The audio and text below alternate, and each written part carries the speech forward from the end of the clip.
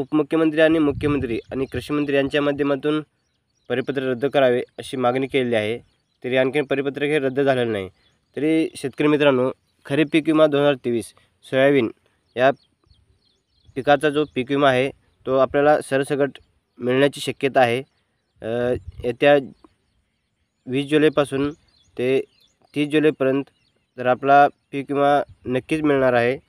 तो सरसकट किंवा 75% म्हणा, ज्या शेतकऱ्यांना 25% मिळाला आहे त्यांनाही मिळणार आहे आणि ज्या शेतकऱ्यांना क्लेम केलेला आहे, ज्या शेतकऱ्यांना मिळालं आहे, जे आपले मंडळ जे आहे, जर पीक विम्यासाठी सरसकट जर पात्र असेल तर सर्व शेतकऱ्याला पीक विमा मिळणार आहे।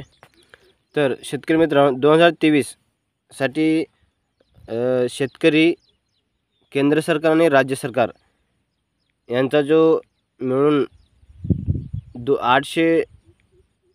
8,200 कोटी एवढा पीक विमा जे आहे तो कंपनीकडे सुपूर्द केलेला आहे। आणि जो आपल्या महाराष्ट्रामध्ये कप आणि कॅप या पीक विम्याचे जे मॉडेल आहे ते राबवले जात आहे। त्यानुसार आपल्या महाराष्ट्रातील सर्व जिल्ह्यांमधील शेतकऱ्यांना सरसकट आणि 75% विमा हा मिळणार आहे। तरी आत्तापर्यंत 4,000 कोटी वाटप झालेले आहेत आणि 3,000 कोटी जे बाकी आहेत ते सर्व शेतकऱ्यांना मिळालेले नाहीत। त्या सर्व शेतकऱ्यांना हा पीक विमा मिळणार आहे। तो सरसकट असेल किंवा ज्या महसूल मंडळामध्ये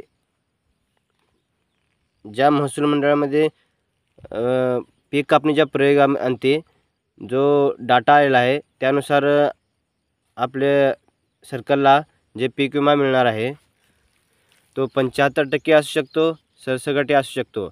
ज्या मंडळामध्ये 25% मिळालेलं नाही त्या मंडळालाही मिळणार आहे। ज्या जिल्ह्याची अधिसूचना निघालेली होती त्या मंडळालाही मिळणार आहे।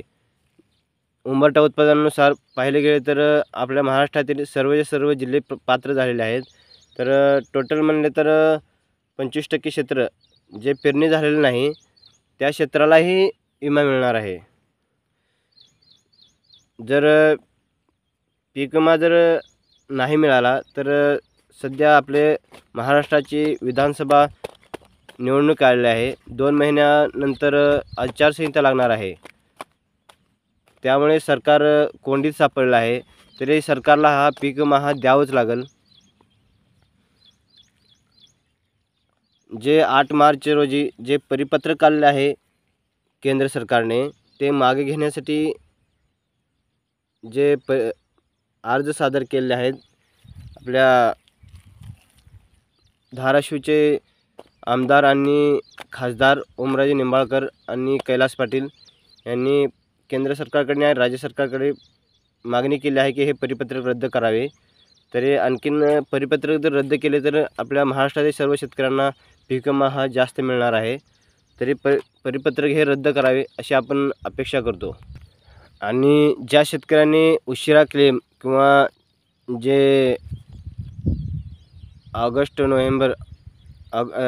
नोव्हेंबर या कालावधीमध्ये ज्या शेतकऱ्यांनी क्लेम केले होते ते क्लेम काही प्रमाणात बाद केले आहे। तर पावसाचा खंड असताना शेतकऱ्यांनी पेस्ट अटॅक आणि रेनफॉल हे ऑप्शन निवडल्यामुळे काही क्लेम रद्द करण्यात आलेले आहे। तर एलोमोजॅक या ऑप्शनसाठी जे पेस्ट कंट्रोल जे शेतकऱ्यांनी ऑप्शन निवडले आहे तेही क्लेम बाद करण्यात आले आहेत। तर 19 लाख हे शेतकरी पात्र करण्यात आलेले होते। तरी त्यामधले जे आहेत आता 1,10,00,000 या शेतकऱ्यांना पीक विमा मिळण्यासाठी पात्र केले गेले आहेत। तर तो 75% किंवा सरसकट असा पीक विमा मिळणार आहे। तो जुलैच्या अखेर हा सर्व शेतकऱ्यांना विमा वाटप आहे तो सुरू करण्यात आलेला आहे। ही जी माहिती आहे ती कृषी विभागाच्या मार्फत आपल्याला कळवण्यात आलेली आहे। आपण मागणी केलेली होती की पीक विमा कधी मिळेल आणि किती शेतकऱ्यांना मिळेल। तर हे माहिती आपल्याला कृषी विभागाकडून देण्यात आलेली आहे। तर याविषयी पीक विम्याविषयी अधिक माहिती हवी असेल तर आपल्या चॅनलला सबस्क्राईब नक्की करा। ओके, धन्यवाद।